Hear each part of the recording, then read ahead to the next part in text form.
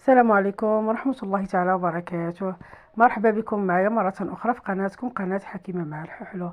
إن شاء الله تكونوا بخير وعلى خير وفي صحة جيدة يا ربي. الفيديو ديال نهار اليوم كيف ما كتشوفوا هو عبارة عن كيكة، ولكن ماشي بحال الكيكات الاخرين، كيكة مختلفة تماما. كيكة كتجي يعني رائعة الشكل والمذاق، مختلفة حتى في يعني الطريقة باش كنخدمو. فيها 4 طبقات. ان شاء الله تعجبكم وتجربوها، وانا متأكدة ان غادي تعجبكم، ويعني لا في المذاق ولا في الشكل. انا هاد الكيكة هذه اضطريت انني نسميها كيكة بياض الثلج. علاش؟ كما كتشوفوا يعني كيكة كلها بيضة، وكتوحي لينا يعني بهاد الاجواء ديال الثلج هذا. داكشي علاش قررت انني نسميها بهذا الاسم هذا.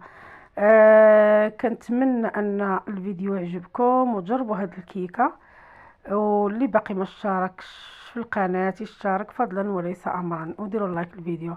غادي ندوزو ان شاء الله المقادير ديال هاد الكيكه اللي غادي نحتاجو ليها 4 البيضات.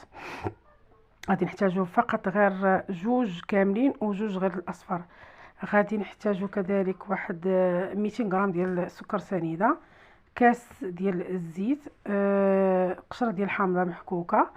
غادي نحتاجو تقريبا 250 حتى ل 280 ديال الدقيق الابيض، 16 غرام ديال الخميره الحلويات، وغادي نحتاج كذلك واحد 150 ملي ديال الحليب. بالنسبه للطبقه الثانيه غادي نحتاج ليها بياض البيض، 2 بياض بيض فاني. غادي نحتاج كذلك واحد 80 غرام ديال الكوك مطحون، و80 غرام ديال السكر السنيده، وراس معلقه ديال الخميره. غادي نبداو ان شاء الله على بركه الله. بسم الله. غادي ناخذ البيض من بعد ما غسلناه يكون بحراره المطبخ. غادي نديرهم في البول اللي غادي نخدم بها. غادي ندير قبيصه ديال الملحه. غادي ندير البيض كما سبق لي وذكرت. غادي ندير 2 بيضات كاملين، و2 التانيين غناخذ منهم غير الاصفر فقط، الابيض غادي نحتاجو للمورانغ اللي غادي نديروها كطبقه ثانيه. صافي كما كتشوفوا انا درت يعني السكر، درت البيض. غادي نفصل الابيض على الاصفر باش ناخذ غير الاصفر هو اللي غادي نديرو في الكيكه، يعني غير 2 بيضات فقط، اما 2 التانيين غيكونوا كاملين.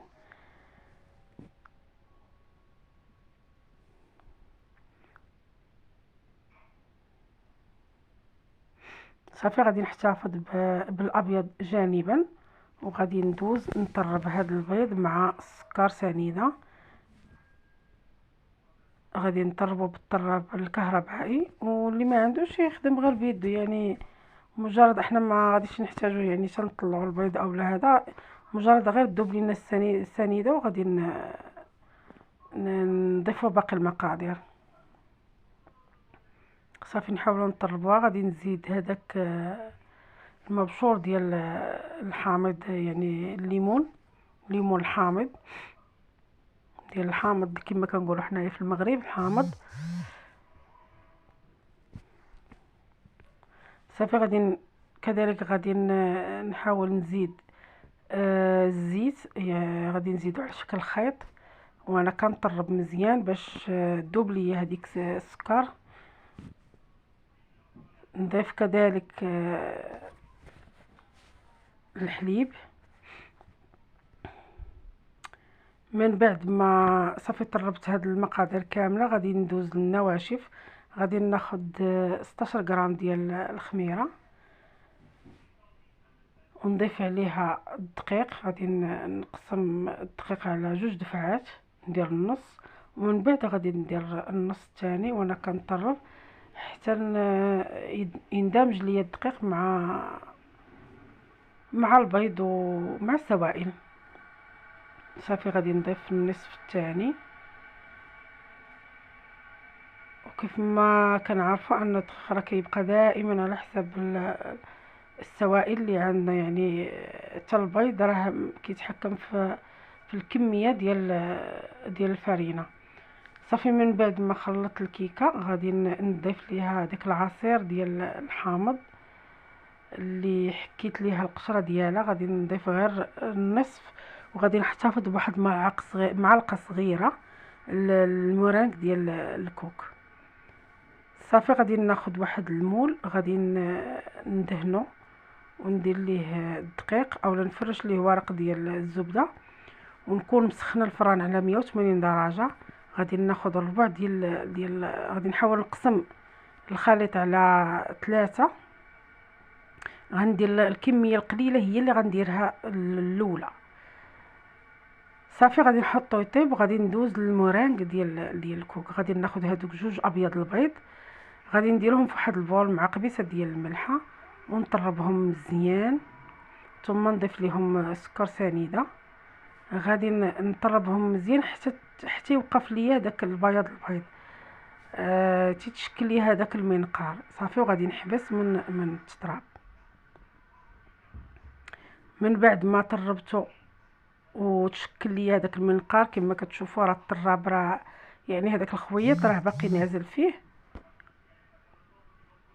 صافي كنضيف واحد الربيع ديال الراس معلقه صغيره ديال الخميره ديال الحلوى. من بعد غادي نطربها شويه، وغادي ندوز نضيف الكوك اللي غيكون بطبيعه الحال مطحون، يكون مطحون جيدا، ماشي منيل ولكن المهم مطحون. صافي غادي نحاول ندخلو في هذاك المورانغ، نحاول ندخلو مزيان، ونضيف هذيك المعلقه صغيره ديال عصير الليمون الحامض باش نزيد. وكذلك غادي راه في الاول ما ذكرتش الفاني، راني ضفت واحد الفانيه في الاول مع المورانغ. صافي من بعد ما تحصلت على الخليط اللي بغيت، غادي كما شفتوا راه الكيكه جبدتها ما خليتهاش تحمرات من الفوق، مجرد انها طابت شدت في راسها خرجتها. غندير لها واحد الرشه خفيفه ديال الكاكاو غبره.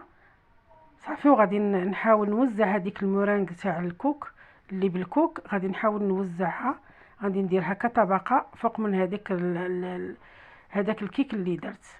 صافي نحاول هكا نطاليها على السطح كامل. هو من الاحسن نخدمها بواحد بالبوش، كتجيني اسهل، ما نخدمش كما خدمت انا دابا، يعني شويه عذباتني فاش مع المورانغ شويه شاد في راسو. صافي دخلتها للفران، بمجرد انها شدت في راسها خرجتها كما كتشوفوا. اللي بغى يحمرها يحمرها، انا ما حمرتهاش. صافي غادي نزيد كذلك هاد يعني واحد الرشه هكا ديال الكاكاو. كتبقى اختياريه، غير هو هاد الكاكاو كتجي يعني كيفرق، كيبين لك الطبقات اللي في الكيك. هذا هو علاش كنديرو انايا. اللي ما بغاش يقدر يدهن غير بالمربى ديال المشمش، هو راه غادي يجي رائع. صافي كنخدم نضيف الربع الثاني تاع الخليط تاع الكيك وندخلو للفران. صافي مجرد انه يشد في راسو كنخرجو كيف ما كتشوفوا. ها هو خرجته، راني مزربه الفيديو باش ما يجيكمش طويل داكشي علاش. صافي كناخذ هنايا ما غاديش ندير الكاكاو غبره، غادي ناخذ هذاك الشكلاط القابل للدهن اللي كندهنوا به الخبز، هو اللي غنديرو. كما شفتوني راه درتو في بوش باش ما يعذبنيش، يجيني ساهل. عاد درت المعلقه ايطاليت هذيك ديك الطبقه هكايا من لستها مزيان. صافي غادي نضيف الطبقه الاخيره ديال الكيك. يعني كنظن ان الشرح راه واضح تماما، وما نخافوش الكيكه راه ما غادي تحرق لينا ما والو، مجرد انني كنشعل عليها غير التحتاني، راه ما كنشعلش الجهه الفوقانيه.